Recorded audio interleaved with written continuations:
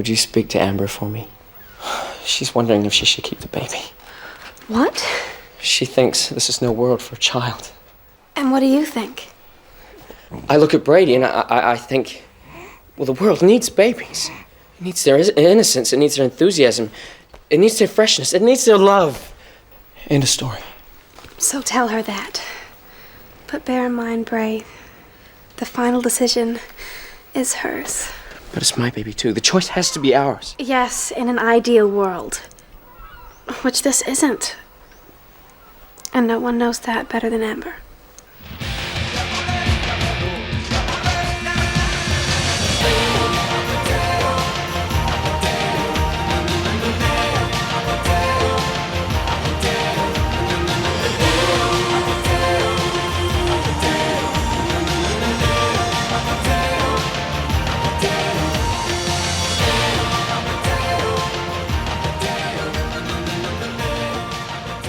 Welcome to Series 3, Episode 31 of Conversations on Eagle Mountain, a podcast about the tribe. I'm your host, Lance, and joining the podcast panel today is Liz. Hello. And Sabine. Hi. With episode notes done by Matt and myself. So Series 3, Episode 31, the screenplay was done by Joe Boyle. It was directed by Colin McCall, and the episode synopsis were read out by Liz. Alice discovers what Ned has been up to and suggests they team up to break out of the mall. Amber is beset by doubt, while Tysan finds that the Guardian is more resolute than ever. So panel, with chaos erupting all over the city, the rebels seem rather hesitant in actually getting involved in bringing about the final destruction of the Chosen. Groups, gangs, Chosen too. Roaming and fighting. Odor's breaking down. What should we do? Let it. What is it that Tyson used to say? If you want to taste new fruit, you gotta uproot the tree and replant a new one. Makes sense. Sounds like their tree's about to fall. So yeah, let's talk about that. I mean, after getting this far, after everything that they've been through, what do you make of this sudden inaction and change of tact by the rebels? Talk about rendering yourself, pointless. Everything we've seen the rebels do this season, Amber leaving to get an army, all of it was pointless. They could have just played along with the Chosen this whole time and let them disintegrate themselves, which is what I suggested from the very beginning. But Bray was the one who told everybody he would rather fight and die than play along, okay? Which is what started all the discord in the mall and led to his execution effort. And so for him to be like, oh yeah, let's let them tear themselves apart. We'll just come in and sweep in after. And it's like, what was the point of everything we just had to watch? Yeah. What was the point of Amber's army? What are the rebels even doing right now? We don't see them raiding the city. We see insinuation that that's what they're doing. But it's like, what was the point? I don't know why you would put that kind of dialogue in there to show them being as inactive as possible when this is what we've apparently been waiting for the entire season, for the moment they could strike. And now when the Chosen are at their weakest and are literally fighting each other in the streets, our rebels' attitude is do nothing. Just let them, it's not been their attitude the whole time, stuff like that. I think you could get here where it's like when your enemy is making a mistake, you don't stop them. Fine. But it's just the point of them the whole time has been, we have to fight them. We have to stand against them. They have to know that people aren't going to lay down and take this on and on and on. We're waiting for our moment to strike. We're waiting for Amber's army. And then when the moment is here, they cheat us, the audience, out of being able to see the rebels do anything and say it's because, they're tearing themselves apart. We don't have to do anything. And it's like, what? You wasted my time for how many episodes? Gotta play devil's advocate here. Embrace defense. He now has a pregnant girlfriend to think of. I can get why he doesn't want to get himself at risk of being killed at this point. Have to fight. Mm-hmm. He doesn't have to. Bray never fights. Even talk Amber out of fighting. But all of the rebels, the entire army that we spent 30 episodes trying to gather, Bray is just no one's fighting. I get Bray doesn't like to fight, but he's this whole season been built up as a fighter. That's been his characterization this entire, this is a season 2 Bray move. Yeah, he's a warrior, absolutely. Right? But season 3 Bray has been the fighter, the rebel. That's what they built up. And so I would like it if it was more of a discussion. Like, wow, we finally got our chance to move. And then it's a discussion of, well, should we, blah, blah, blah. But just to have a blanket excuse for us to never see the rebels actually do anything, my time has been wasted. That's what it feels like, yeah. It's like 2/3 of the season. It was just wasted. It was for nothing. But yeah, we actually should have had just a little discussion, like even if it was something like, okay, how long can we wait until we can safely get the guys out of the mall? Like, you mean something, like just to show them, like taking a step back if they want to do that, but to just go, okay, yeah, we're gonna let them kill themselves, and then we'll do something about the others in the mall at some point. It's just, what was the point of this whole thing? What was the point of the army? What was the point of Amber speaking to the tribal leaders? What was the point of any of it? It's just pointless. Yep. The whole point of it was to make us think that a lot of time had passed, so Amber could be back and be further along than she chose to be. That's what the kidnapping is for, sweetie. Yeah. Yeah. Don't forget that. Like, this should have been the big bringing down the chosen moment. Like, yeah, they leave you with blue balls. You know, it was just a whole season of build up to nothing. We never needed the rebels. We never needed the rebel leaders. We never needed Amber's army. We didn't even need the rebels in general, like Bray, Ebony, and Lex. We never needed any of them, especially if they're not going to do anything when they finally have the chance to strike. And because I'm totally cool with the Chosen taking themselves out. That's awesome. And I wish more focus had been put on that. And I would have been happy if the focus had been more on the Chosen and their dynamics and their politics and their fracturing and us getting to know more Chosen and having our rebels be more peripheral characters who are fighting. They're trying to do something because they think they have to, and then swoop in to take advantage of the chaos that the Chosen have caused for themselves. But our focus has been on the rebels. That's the story. That it's been their story this whole time, what they're going to do, and we get no payoff for following them. It's kind of weird when you think about it, because like season 2, like they spent so much time building up the Mallrats and showing how power corrupted them and how they kind of like exploded amongst themselves, and then to not do that with the Chosen when you had such an easy way to do that with the different factions and like the Luke section and the Supreme Mother followers. Like, you could have, there's so many ways you could have shown the breakdown of the Chosen, and to not do that, especially after season 2, just feels really weird to me. Don't get it. Yeah, it is. At the very least, someone should mention, like, wow, we didn't expect them to fall apart on their own, because that's how they've been behaving. Like, they're going to have to take down the Chosen. Yeah. So someone should at least comment on the fact that, wow, we did all this work and they're falling apart on their own. Like, it should at least be remarked upon that you spent all of this time fighting, worrying, planning, strategizing, how are we going to get everybody out? How are we going to weaken these Chosen? And look at that. They took themselves out. There should be a shocked Pikachu face somewhere in this crowd of rebels who are like, wow, look at that. We don't have to do anything. This is wild. I don't even care if it'd be a joke. It should be mentioned. Even if they would have claimed that, stealing Brady away from them had caused that would have been more than we're getting now. At least just don't have Bray say we're not going to do anything. If you're not going to show us the rebels doing anything, fine.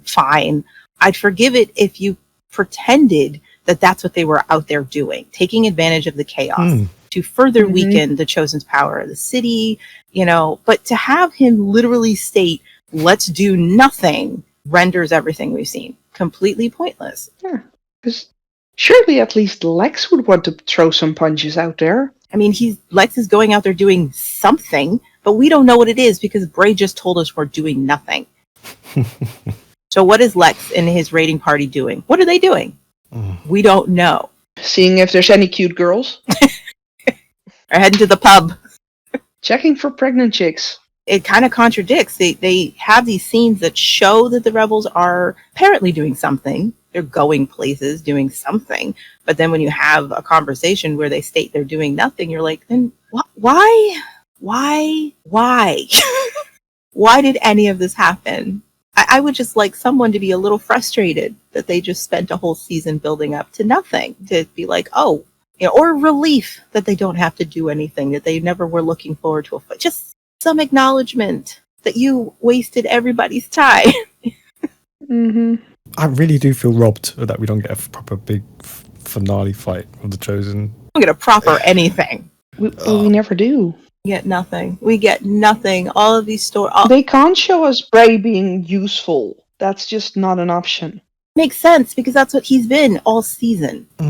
They've been building up. Like, it wasn't like in season 2 where the focus was that he was an inadequate leader who felt responsible to lead regardless. Season 3 has shown him as competent. He was supposed, yeah. You know, and that they haven't shied away from showing that he has, you know, a clear head and leadership skills. And then they just completely dropped the ball. And I'm like, did you guys have any clue where you were going? That's why season 3 feels directionless, and they never had a plan. They got into it and then they didn't really know what to do. They spent a lot of time. They just killed a lot of time. You know, some storylines were stronger than others, but cohesively, the whole, it's more like, what do they say? The sum of its parts are greater than the whole. That's season 3. Yeah. And it's such a letdown because season 2, cohesively, the whole season, it came together perfectly by the end. And everything you saw, there was a point to seeing it. There was a point to going through it. Everything these characters did led to where we ended up. They knew what they were doing. They knew where the story was going. Season 3, they meandered. They had no idea where they were going and what they were going to do. They didn't have a plan. They had ideas, but they weren't able to pull them together. That's my opinion. You calling an idiot? You! If you had the sense of a potato, you know you'd have to go down to the basement to find a wall to get out through. Is that so? Yeah. So how about it? You want to team up? Ned was missing in the previous episode, but what do you make of his attempts to escape from the mall and Alice's reaction to it? Finally, he's being useful. I find myself falling back on what I've had to say a lot in this season. If you ignore everything else, the scenes are actually pretty decent. I don't mind the scene with Alice and Salene, but Ellie basically commentates everything I'm feeling about this, about this storyline. I don't mind Alice and Ned working together and her discovering his more human side. That doesn't bother me. What bothers me is how inconsistent it is with Ned and Alice. If you knew that you could just go into the basement and dig through the wall, how come I've had to spend an entire season hearing you say there's no way out of this place? We've searched everywhere. It's not like she had to think about this, okay? No. She immediately was like, dude, if you want to dig out, this is what we do. And it's like, weren't you desperate to get out of here this entire time? How did you not think of this before? Alice, really? Did it take Ned to make you think of this? Light bulb moment. Oh, wow, we could. Are you serious? It should be Ned's idea. She should be discounting it because you remember, Alice has continually said there's no way out of this place. We've tried, look, keep searching, and they keep coming up empty. There's no way out of this place. And finding Ned, digging through drywall, she mocks him, but he's convinced we can get out of this place. I'm sure we can get out of this place. There's got to be an outside wall we can dig through. He convinces her. It shouldn't be her immediate idea. Dude, it's so easy to dig out of this place. You just got to go to the basement and hit an outside wall. And it's like, then why didn't you do? They managed to dig through the exterior wall of this building in less than 48 hours. Oh, don't yet. This whole scene annoyed me. How easily they removed the block and how no, apparently that's just New Zealand construction. Dude, the mall is a fire trap. How Alice never thought about this before. How Ned suddenly wants to escape after not wanting to move a single inch before. It just, everything about this annoys me, to be honest. I just hate it. At least before, the guards weren't completely crazy, and Ned doesn't pretty sure he was in a cozy spot. Even with them around, he's not showing that he isn't showing enough caring for this to matter. Character work to let us see the inner workings of Ned, that we would buy this. Yeah. They could have let us have some insight into Ned so we'd understand why he was doing the things he was doing, so we would believe it when he's reached a point where he's like, I'm getting my brother and sister out of this building no matter what, but we'd have to know that he was smarter. We'd have to know that he actually thinks and is motivated by more than just, I don't know what motivates Ned, because he's been very inconsistent.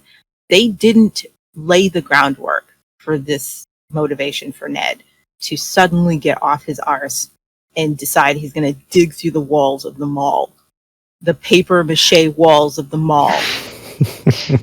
I'm just at least glad Alice points out her surprise of that later.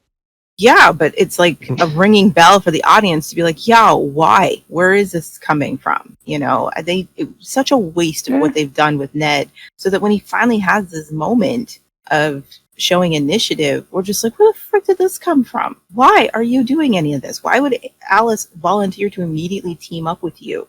There is nothing you have done that would motivate either of you to do this right now. But if I ignore all of that, I don't mind them working together. I don't mind them deciding to dig out of the mall, even though this basement just came out of nowhere. Like, where is that? Is it under the sewer? Is it beside the sewer? The sewer that you guys forgot exists? I don't know.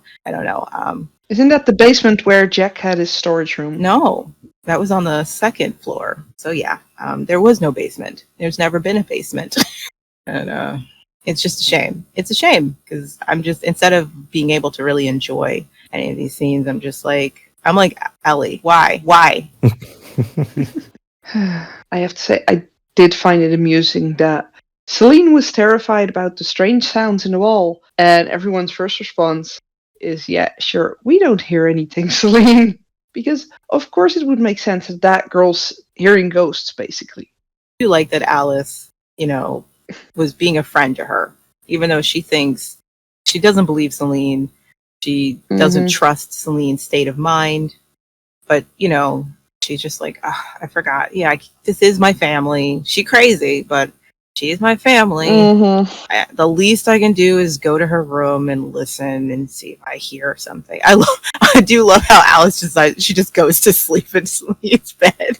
That always makes me laugh. And she's like, I've been here for 15 minutes. I haven't heard anything. And then she just settles down to go to bed right there. I like that. That's a fun human moment. Like, I'm taking your bed. He's like, I'm going to go pray. And Alice is like, well, I'm just going to stay here and sleep then. Yeah, no annoying sister in his room. Comfy. I'm not moving again. Smells like Ryan. No.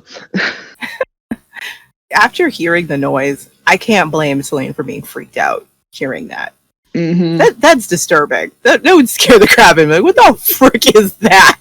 That was not rats. That's something else. Nope. How big are these rats supposed to be, Alice? So I did like those couple of details were pretty good. How did I do? Might make 'em all right yet. Funny. What is? Ever since the virus, me and the kids, we've just had each other. Got by the best we could. Learn it doesn't pay to give a damn about anybody else. Reckon that's because we never had no one to give a damn about. Our parents were useless. I just about brought up the twins by myself. So yeah, do you care? What do you think about this deeper insight into Ned and his family? I think it was a needed detail, I guess. Yeah. Because he hasn't shown it, but at least this gives some kind of explanation why Ned doesn't seem to care about the rest of them. I like this insight. I appreciate it. I feel like your English teacher, when you turn in your paper and they can tell you didn't put a lot of effort into it, they're not mad, they're just disappointed. That's how I feel, because this is a lot of potential, and it shows the potential Ned's character had, and that they wasted his introduction in making us hate him, and then also giving him no personal motivation for why he is the way he is, not letting us have any tidbit of who Ned is as a person, so we would care when he tells us what his life was like, why he is the way he is. Again, I have to go back to Lex. Lex was very unlikable when we're introduced to him. He's just a bully from the moment we meet him, causing trouble. But from the very beginning, from the moment you meet him, not only is it with Caleb's acting that shows there's going on behind his eyes, but they give you these little tidbits of information so that you do understand why this unlikable character keeps doing these unlikable things. Even if the only motivation is power to stay safe, you at least get it. And it was consistent for him. So that when we started getting more layered nuance from Lex, we were willing to eat it up. We were willing to, I knew there was more to this guy. There's just something about him. They don't do that with Ned. So this just comes out of nowhere, and you're just kind of like, oh, okay. Yeah, do I care? I wish you'd done a better job with this character, so that I could care when he confesses to Alice. But everything leading up to that moment has been slapdash. So I don't care that he and Alice are actually connecting. He didn't build up to it. He didn't do a good job of weaving these motivations into things that Ned did with a consistency so that I can actually buy it and give a crap about it. I like finding it out. I just don't like the lazy way in which it's delivered to us. And the actor's doing a really good job. Yeah, I don't know. For me, it just makes Ned that a little bit more human. Should have gotten it earlier, but... It makes sense why Ned is such an immature parent figure if he's literally been raising his siblings on his own since he was probably about 9 or 10, and given with the twins' ages and their age difference. He didn't have anyone to parent him, so he's just been learning it on the go, and that's why he's the way he is. But you can't just dump it once and think that's enough after his introduction, the way he's been characterized. It just doesn't work. It's like one of those things, if you're going to make a character despicable, the reveal has really got to turn the tables. The reveal's got to be big. It's like Danny, okay? Danny was so secretive and closed off, and it was like, why is she the way she is? And such a control freak and so determined to fix the world her way. You need a really good reveal to justify what Danny's been. When you find out her dad made the virus, you're like, oh, baby girl. That's one heck of a reason to be the way you are in this world, I gotta say. That kind of justified a lot about Danny. Didn't make her actions okay, but you got it. You got to have a bigger reveal for something like that when you make a character a certain way. You know what I mean? No, absolutely. Yeah. You need something where the audience is like, oh, okay. I get it now. And just to wrap that up, what did you make of the fancying comment? She spent too much time with Lex in the past. How deprived is Alice of attention that she would even be having such a casually friendly conversation with Ned? They just haven't done a good job, like, motivating Alice to keep seeking out this guy for teamwork. Do you know what I'm saying? Like, everything he has shown her, I don't understand why Alice continues bothering with him. No.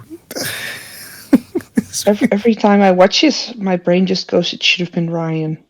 It should have been Alice and Ryan digging that hole through that wall.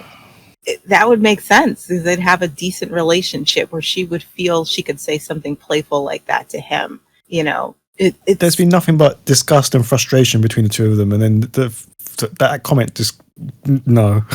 It's out of The other way around, I would have gotten it, but yeah, I expected that from Ned, not from Alice. He's been so forgiving of Ned. I mean, granted, we already know her character has been completely massacred this season, but even if it's just not Alice, just in general, knowing the way people who are attracted to each other behave and what we find unattractive in people, it doesn't really make sense that Alice keeps seeking Ned out, thinking he'll work with her, and is so forgiving, so forgets his attitude, his behavior so quickly. Someone's pushing this. They're pushing it too hard. In my brain, it's got to do, it just has to do with self-worth, I guess. Because why else would Alice entertain this idea? See, they did it better with Alice and Lex. Alice's first impression of Lex was not a positive one. And then she realized we listened to the same music. And for a moment, she gets to be human. She gets to be a kid again, bonding over music, right? But when she sees Lex again, she didn't forget she didn't like him. She's still very hostile towards him, very threatening. And when she's teasing him, you can tell in the beginning it's not because she's attracted to him. It's more that she sees him as a predator and she likes putting him in his place. She likes scaring him. He has to show her a lot before Alice starts to see his human side and feel for him like a wounded animal. Even then, it feels like she's just helping him because she's human and she cares about people, and she's watching this young man who's completely broken and is like, why are you wasting yourself? It takes a while before Alice starts to like Lex. She has to spend time with him. She has to get over the initial impression of him just being a predatory monster that shouldn't be left alone with females, you know? They got there slowly. They let these two build up. Ned, they don't do that with Alice at all. She's seen too many disgusting things from him to immediately be where she is with him now. I think part of that just really has to do with the fact that no guy really has paid attention to Alice in any way. I mean, everything that happened with Lex clearly wasn't good for her self-worth. It's just badly done. Alice has never been painted as the kind of person who, even if she were lonely and depressed that she didn't have a boyfriend, she wouldn't just hook up with anybody, especially if they disgusted her, you know? But then again, she was also painted as someone who wouldn't sell her sister into prostitution, and she did that. So, yeah, it's just sad. It is actually really sad. Ned just being dumped on her like this. The thing is, I can deal with Ned and Alice being together, but you need to make that relationship work. You need to give me a reason to believe that Alice would start to fall for this guy. That, you know, they could have written their interactions much better, and I think we would root for them as a couple, but they didn't do the work for Alice and Ned, and so you're disgusted with it, you know. No, you said the right word. It just feels dumped. It doesn't feel like they've put any work in it. It's just dumped. They shoved them together, and I will never understand Alice and Ned. I mean, I don't like Bray and Danny, but there's a lot of circumstances that are like, even though I don't believe he loved Danny, he more loved the idea of Danny and how much she reminded him of Amber. It did come off the back where he literally just buried his girlfriend. So you can at least reason the attachment, you know what I mean, on her. And then the time she's constantly next to him, they're constantly interacting. So when he's like, oh, I've fallen in love with you, even though you're like, ew, Bray, you at least you understand how he got there. You understand how those emotions formed for him. You don't have to like it, but it at least makes sense for his character to fall down this pit of falling for this girl and vice versa, you know? But yeah, this is it's a sad state of affairs, and both actors deserved way better. Alice thinking she could fix the bad guy, you know, and is rewarded temporarily because she does seem to succeed, and only for it to end in tragedy, could have been a beautiful story. It could have been a beautiful story for her. It could have been one for Ned on his road to redemption, but falling into his old habits of trying to fast track his success. You know, it could have been so beautiful. I guarantee that someone could write a better fan fiction about how these two fall in love in these circumstances and have the same tragic ending, and it would be beautiful. Mm-hmm. Season 3, where character development goes to die. We rag on season 4 so bad, but the seeds were sown in season 3. Yep, that's where it began. 4 said, well, we're not going to have good writing, but we'll try to be exciting. At least we'll have lasers.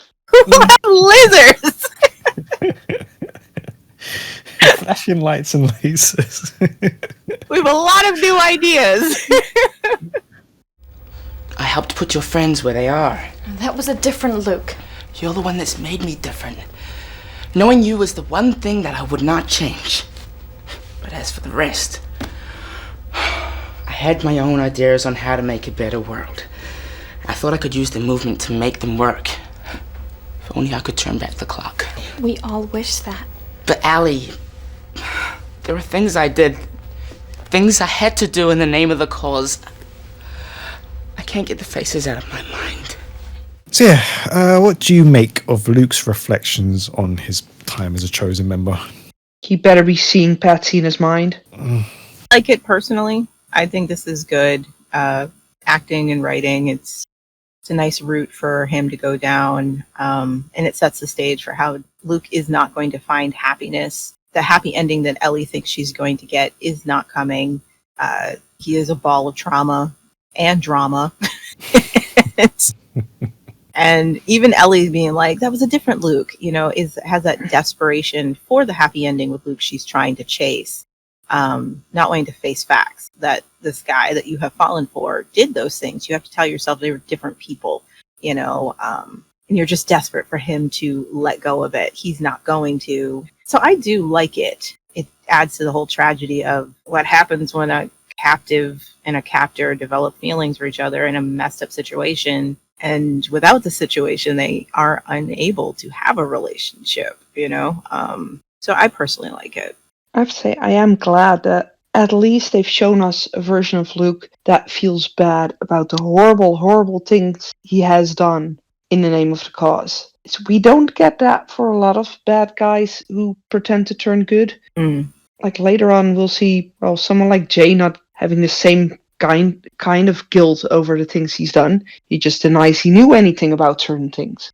Kind of crazy that if I had to pick the best written characters of the season, Luke would be in my top 3. Mm-hmm. He's just written very well, his whole journey, and I understand him completely. I really can't find fault in Luke's journey. I really can't. It's just sad, and not sad and like, oh, it's depressing because it's bad, but sad and just like, this poor kid. Like, I don't know if Luke will ever find happiness, Probably not, but that's also because he'll never fully forgive himself for the things he's done. He's doomed to walk this path of trying to find redemption, but also unable to stand on his own 2 feet. He's still a follower and will easily fall in with any megalomaniac without recognizing the red flags, even though he's been here before. Jaffa's the second tyrant he fell under. Mm-hmm. Like, what does it say about him? Like he would have made a great minion for Ram and Mega. He's so susceptible to suggestion and so dependent on other people to give them his worth. Like what he says, Ellie, you made me a better person. You know what I mean? Like, he is incapable of bolstering himself and finding who he is on his own 2 feet. He needs somebody else, somebody he admires and trusts, tell him who to be and how to be that person. Even though generally he does have good motivations and wants to be a decent person, but look how easily he can do terrible things because the person he's following told him to, and I appreciate that he's actually being reflective of how much damage he caused, because even though he saw that Jaffa was going down the road he was too busy trying to protect this thing he needed rather than the lives around him,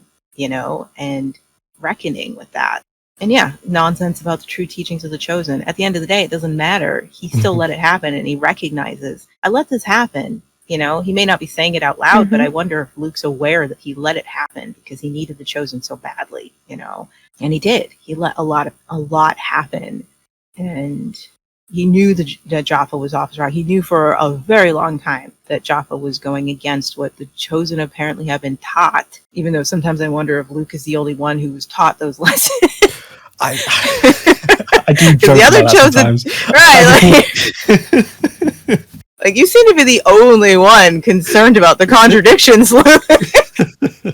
If anyone has written the book about what Zoot's teachings were, it's Luke. It's the book of Luke. And this is why we needed to see other Chosen, because Luke is literally our only window into how a Chosen thinks, and when you contrast the things that Luke is saying and then the way the other Chosen behave, you're like, Luke, what book were you reading? Because I don't feel like you guys took the same class. Completely different class. Even Trudy as a Chosen behaved more in line with the rest of the Chosen than she did with Luke. Do you know what I'm saying? So even I don't even think Trudy got the same lesson that Luke did. Like, how delulu were you, Luke? It makes me laugh. It does make me laugh a bit because, you think about, look at Trudy and look at all the other Chosen, you think, well, what exactly did you learn, Luke? How did you map this in your mind?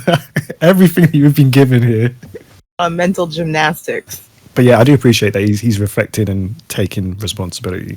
It's also been a really nice exploration where we already know that Jaffa is a hypocrite in what he apparently taught and keeps getting called out for it. I really would have liked to see that Luke is just as delusional as Jaffa, when it comes to their beliefs on Zoot and what they believe what the teachings say. Because again, it's almost like the contrast of Tyson and Jaffa both getting their teachings from the Ka.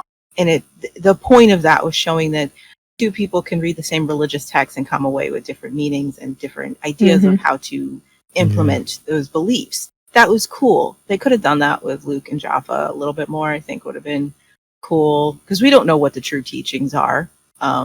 We get little tidbits, but they're so opposite to what Jaffa does. You're like, how did you ever get these lessons from this man, Luke? You know, he looks at you like you're crazy when you bring up these teachings. Like the substitute taught you those things. Yeah, I like a bad guy who actually says they feel guilty and behaves like they feel guilty. I'm not saying my bad guy has to feel like they're guilty. Okay, they don't have to. But if they're going to say they feel bad, Luke is perfect. Then, Like, he is the perfect example of how to write someone who genuinely feels regret for their action. But his whole I see the people I've hurt when I close my eyes. Blah. It's a lot, especially when you think of his age. To have have that kind of guilt on you. Oh my gosh, that's haunting. He's kind of like a soldier come back from war, and even though it's like I was ordered to do these things, I see the things I did, and I can't really live with myself. Everyone will tell me you just followed orders, you just did what you were supposed to do, you served a country, but I can't sleep, can't live with myself. And what did I say? There's a great line in Kingdom of Heaven where a guy says, a king may move a man, but it's the man who will have to answer for his action. And I feel like Luke is dealing with that right now. But it does feel in character for him, after everything we've seen of Luke and how much he does seem to care about people. It seems fitting because he has been known to show compassion to people before. So it's not just an out of the blue thing to have him say, yeah, I did this. I did these horrible things and I feel guilty about that. Exactly. They laid the groundwork so that when he has all of this guilt, we believe he has all of this guilt because of the person he's been written to be. This doesn't just come out of nowhere. They set it up. They seem to have known what they were going to do with Luke's character, and it shows. His writing has been consistent from the day we met him. You don't mean, Amber, you cannot mean... I don't know what I mean, but yes, the thought has entered my head. Is it fair, Bray, to allow our baby to be born? Okay, if I can get past the sense that this is the sort of lifetime channel propaganda that's definitely pro have the baby, we're going to give you all these reasons why you should, and just a token dip into discussing not having the baby. If I can ignore all that, I actually really like these scenes. I like Amber's very valid concerns, and the fact that now this is happening to her, now that she has to deal with the reality of carrying a life and bringing it into this chaotic world they live in, and wondering if that's a good idea, even feeling a sense of guilt. Like, would it even be right? What kind of person would I be to bring an innocent child into this chaos? I do like all that. I like Bray's panic at hearing that. And that would be a real issue, not everybody would settle and be like, well, there's nothing I can do about it. Guess we're having a baby, happy families and all that. And I like, what Trudy says, I like what she says to Bray. Not crazy about what she says to Amber later, but I love what she says to Bray. That, at the end of the day, you're going to have to respect that she's going to have to do all the work. So, hey, dude, she won't be able to quit this job, dude. And I thought it was consistent for Amber, considering this is the same woman who ran away from her boyfriend and pretended to be dead rather than confront that discussion. Do you know what I mean? Like, she always has had a sort of, I'd love to just get away from all of this. So the idea of bringing a kid into it, that would scare the crap out of you. I wouldn't want to do that. And so, I like that, even though some of it does feel a little like pro have the baby, despite the world being a hellscape. Just a little bit. Actually, that's just what you're saying. It's actually kind of right. It is very pro have the baby. Considering it is teenage, the audience is teenage. It's actually very. I need to think about that. It's quite a thought I didn't think about before. Oh, you guys know I love Trudy, okay? But when you think about what Trudy says to Amber, even though it's true to Trudy's character, I want that understood. Yeah. Trudy has found joy in the fact that she's a mother and she's doing her best to raise a kid in this world. And that is honest for many parents. Many people may have gone into it not wanting to have this responsibility, but they fall in love with their child, and they fall in love with seeing the world through their child's eyes, And no matter how hard it is, they wouldn't trade it for anything. They would never undo that child, even though it's a struggle every moment of the day. So from Trudy's perspective, it does make sense that she would say something like, when I look at my daughter, she loves her life. It's not the life I had or you did. It's not even the life I wish I could give her, but I don't regret her having life because look at her. That's someone who's desperately in love with her child and would never undo Brady despite the circumstances of Brady even existing. But And despite the fact that she had no choice, really. exactly, it's not like she could do anything about Brady given what she was going through. But it does sort of feel like the narrative is telling Amber that regardless of how horrible life is going to be for this child that you bring into the world and how horrible it's going to be for you to raise a child in this world, you should do it because the child will love life. Yep. And it's a little like, okay. It works because it's Trudy saying it, but I feels a little like it is diminishing Amber's concerns. Mm-hmm. A little bit. I do have to say, I do like that Trudy simply tells Bray, at the end of the day, it's Amber's choice. In an ideal world, you'd have a say, but in a world like this, nope. Yeah. I love that. I love that, yeah. Like, this is a crazy world. You've seen everything we've been fighting for just to survive. Like, this is her decision. It's going to have to be her decision. You have to accept It's going to have to be her decision because, look at Trudy. She nearly died. It's not as simple as, it's not as safe as it was to have a baby before the virus. To mention, Trudy is proof there's no guaranteed safety for your kid in this world. None. Your babysitter could take them from you. Anybody could kidnap them from you. Nobody else is going to give a crap about this kid but you. Like, oh my gosh, there's no guarantee if you decide to go through with this. I would have really, if they actually wanted to have this discussion, which is why I don't really think they're trying to have the discussion, I would have loved for Amber to get the viewpoint from another female who would be like, hell no. So we could at least validate Amber's concerns about bringing a child into this world. Because the only two people she gets to talk to about it are two people who are pretty gung-ho. Like, Bray definitely wants to have this child with her. And while Trudy is supportive of whatever decision Amber makes, she's definitely more leaning towards, you'll love your baby will love life, and it'll all work out for you. I would have liked someone like And May. I will have a mom friend. Right, exactly. I would have liked another female character to share with Amber's anxieties and validate that they're completely reasonable for her to have. Sorry, the problem is there's only May and Ebony. I know. I was like, and it wouldn't work if it was either of them. And still, I think I would have liked to hear what May would have to say on the matter. The problem, if it were May or Ebony who sided with Amber's anxieties, it would feel even more like the narrative was pro baby. Don't listen to those two. Listen to Ebony, like, because she doesn't want a baby. They're monsters.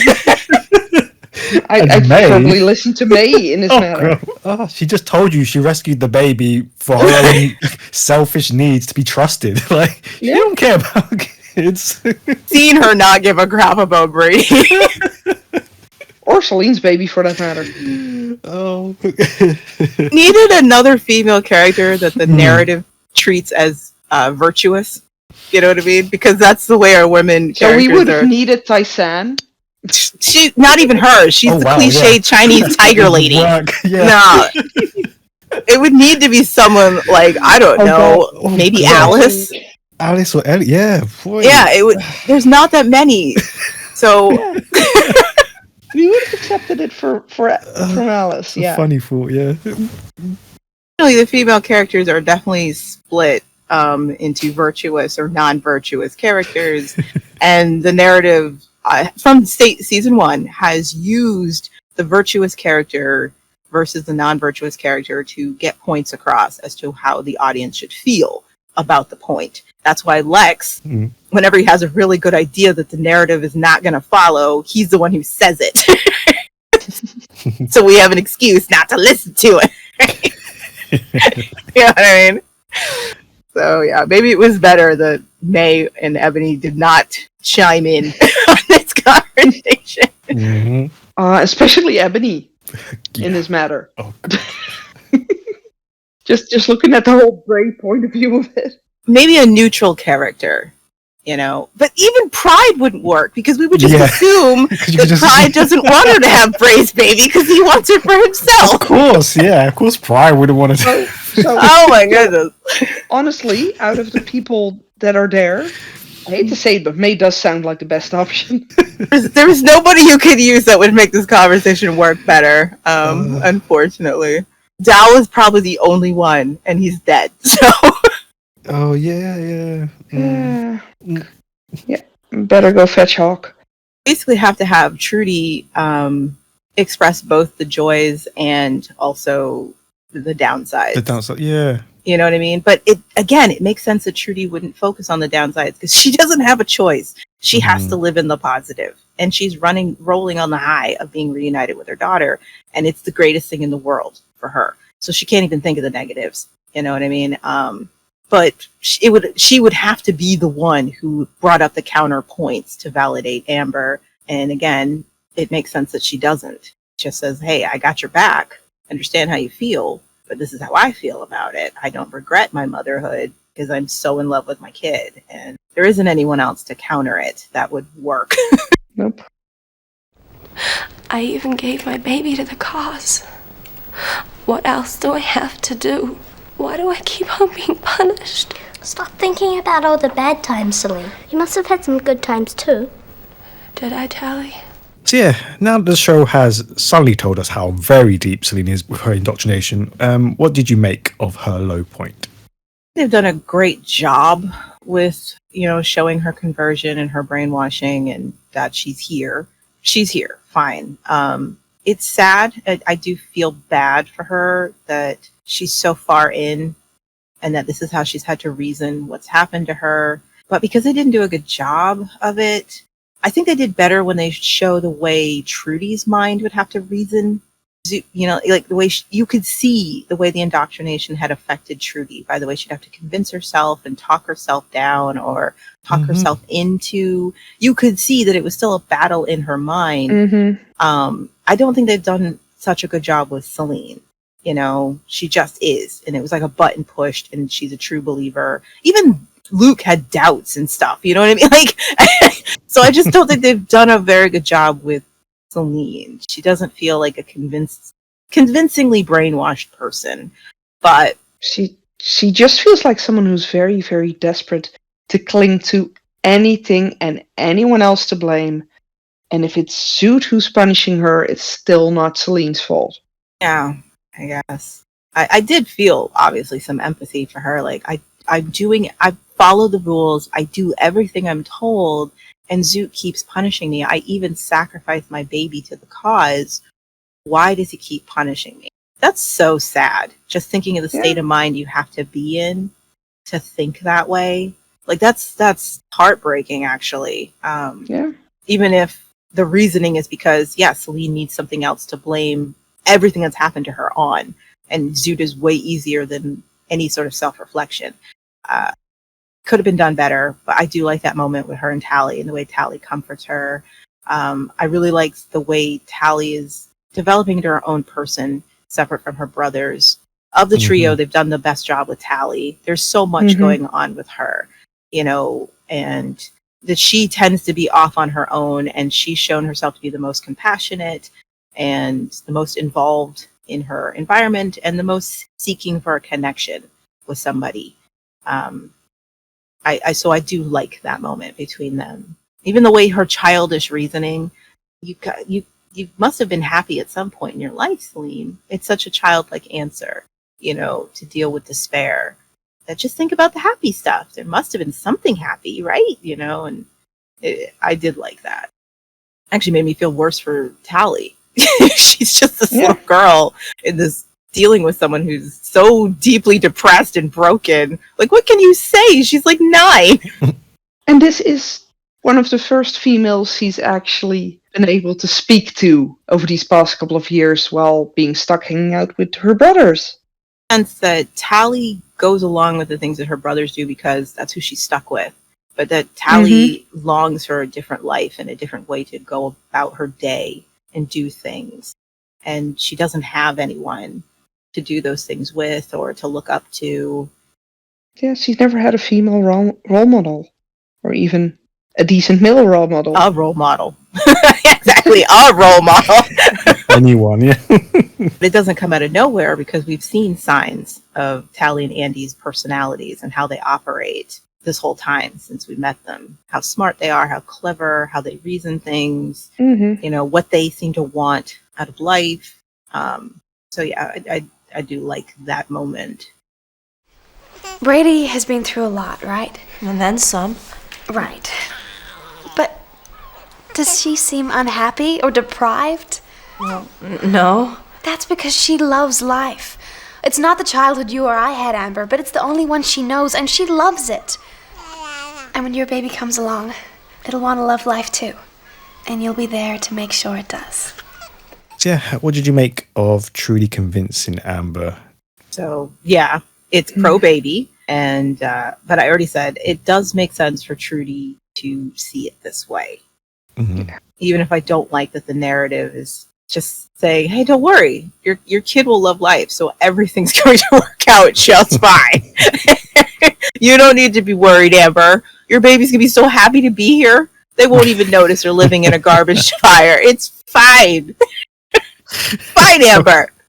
So happy to be here. So happy to be here.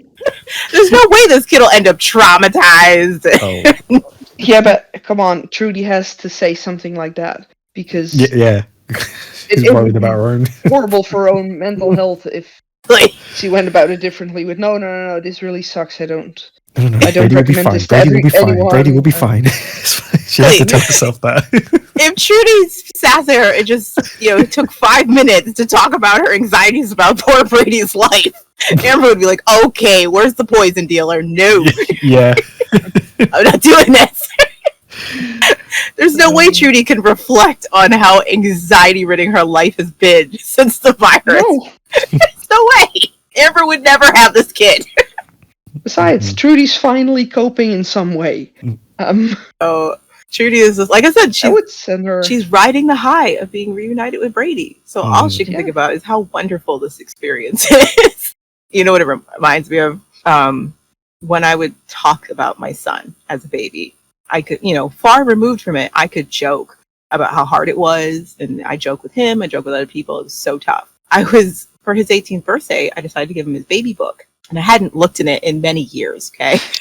So I was reading the journal entries about little things that he did on this day, on that day, whatever. And even though I remember how hard it was, apparently my coping mechanism at the time was to just have a positive spin about everything. It was like I was talking about a different baby. I was like, oh, this is hilarious. The only way I could keep raising this monster was to see him as this perfect little angel in my life. There was no exploration of how hard it was. To be fair, it's also very, we're trained to find it not acceptable if parents would say, no, it's horrible. Don't. It's just funny because it's like, I recall talking about it being hard and joking about it, how hard it was. But at the time when I was writing about it, nope. Yeah, but you wouldn't write that down for your own child. I wasn't writing it for him, though. I didn't know I was going to give it to him. It was for me, Fair enough. I had no idea that someday I'll give this to him, I was just in the moment recording. I wanted to remember everything. And so looking back, I was like, oh my gosh, this is hilarious. Hey, at least she kept on recording. I just stopped after the first few months. His baby book was bursting at the seams. I put everything in there for 5 years. You clearly had more energy than I did. First one, man. That thing was so, it could go in the Smithsonian for how I documented the first 5 years of his child life. His sister, unfortunately, you can hear the spine crack when I open her baby. Yeah, I get that. Again, I don't like that the narrative downplays Amber's genuine, realistic concerns about bringing a baby into, especially in an episode where you can hear the riots in the streets. You can hear them everywhere. But I mean, even though the narrative is very pro-baby, the fact that they even brought this point up for consideration is something I do like. That it wasn't an automatic, oh yeah, this is a great idea, or we have no choice, so we're going to do this. I appreciated that it even was brought up that she's thinking, I'm not doing this. It's a bad idea. I'm like, hey, I've got more reasons why it's a bad idea, Amber. Sit down, talk to me. Like, you're worried about the world. Listens, she's just worried about the world. I'm worried about your relationship. So many reasons you should do this, Amber. Yeah, what's going to happen next time you get mad at him? Good Lord. Sabine. What? You are she's living on shaky ground. She has every reason to be like, oh, heck no, this is not the adventure I want. Because again, you can't get off this ride. Nope. Yeah, I appreciate them even bringing it up. And the fact that they do have Amber, their favorite character, expressing this validates the concerns at the very least. That it is normal to feel this way and they're not wrong feeling this way. So I think for them, even though again, the narrative's very pro-baby, that they felt that they were pro-choice just having the conversation. Mm-hmm. You know, even if again, it's a little questionable. The fact that they were willing to have it, and it's the first time a character has straight up said, I don't think this is a good idea to have a baby, where pretty much everybody else who's gotten pregnant during the run of the show just accepted it as a given. Like, oh, I'm going to be a mother now, you know, or I'm going to be a father. It's nice to see someone go, logic. Sorry, my brain is suddenly going, May would have probably instantly went, well, I know a guy. I know a guy. It's a lovely scene. I will say that. I think it's really a pretty scene, and it shows how far their friendship has come. Mm-hmm. So I really like a lot of the scenes between Amber and Trudy having an actual friend. And it's nice to see, you know, especially since their friction between them was because of Bray. It's nice to see that that is just not a question. It's not part of their equation anymore. They're just, they built something deeper after everything they've gone through, and they're just genuine friends. This is before Trudy becomes nothing more than Amber's cheerleader. She still feels like an equal partner in this relationship. Yeah.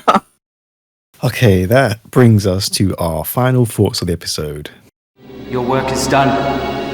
You have been a worthy emissary and a great leader, as I knew you would be. I have tried, and you have been my inspiration. Come and join me hereafter, where you will be raised on high and exalted. And as the episode ends, the Guardian sees Zoot again and is told that it's time for him and all his followers to join him in the next life. So panel, how did you react to the Guardian's behaviour? And we also have to ask, why do you think Tai-San felt that she could heal the Guardian by participating in his delusions? I don't. Okay. Oh man. She has more faith in herself than we do. I don't even think she has faith in herself. I think she is stuck. And doesn't actually know what to do. I really do. I think she is just at a loss on how to handle this. This is too bigger than her. Yep. And she might just be in survival mode, but I'm she's in way over her head. I'm like two minds about it. My part of me is just like, wow, you're useless, Tai-San. You did all this. The whole point was to bring this guy from the brink to protect everybody, and now you're doing is enabling him. What was the point? What was the point? Okay. Then the other part of me has to remember that she's still not in a position she can get away from this guy. You know, he keeps her locked up in his quarters. I guarantee his quarters are guarded by his Praetorians. So she may not even have an option to get out now. Like, this is where he keeps her. She hasn't been in her room. He keeps her literally glued to his side. So if anything, she's sort of like a trapped rabbit. Any wrong move she makes, he might. And she looks that way. Yeah, she looks that way. She looks terrified of him and being very careful how she approaches him. She does not have any power at all now in this dynamic. It has completely shifted from how it started. And I like that. I do like that the closer she has become to him in proximity, the less power she's had with him, which is just neat. I like that narrative there. Before, when she was down with the slaves, she had a lot of power over him, but now she's literally locked in his room. She's got none and has to tiptoe around him with everything she says. So yeah, it's possible that Tyson literally doesn't have a choice whatsoever how to handle this, except try not to get killed in this room with him, and just keep him calm and hope that, you know, either the rebels storm the place or friends can get away. She probably can't even leave that room. Hope you can warn the others in some way. Because, yeah, she's completely useless. And I have to imagine it's because she can't do anything. Probably doesn't even let her go to the bathroom. He's like, here's a chamber pot. She's like, okay. All right. I made the mistake of coming to check on you, and now you won't let me go. Damon's performance is really good.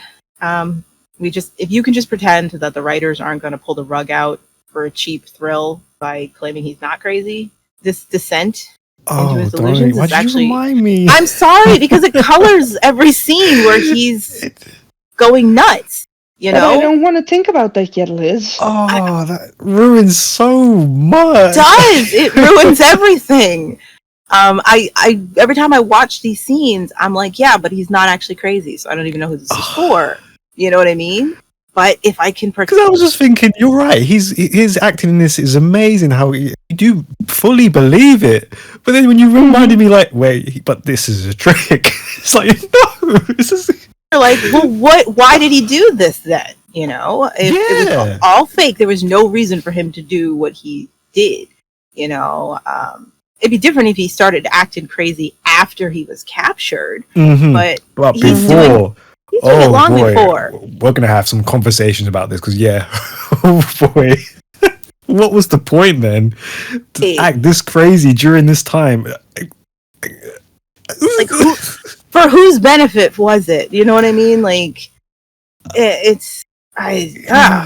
but Damon's performance is excellent. Mm-hmm. It's excellent. I really think he's losing his mind, you know, as a way to cope with his vision falling apart, with his delusion he created for himself falling apart, having no control over that. And I even love the fact that they took it down that storyline of a cult leader deciding, if I can't get you guys to believe in me or stay with me or do it my way, we're all going. Because cult leaders never go by themselves. Nope. Everybody's coming with me. That is a fact. They always do.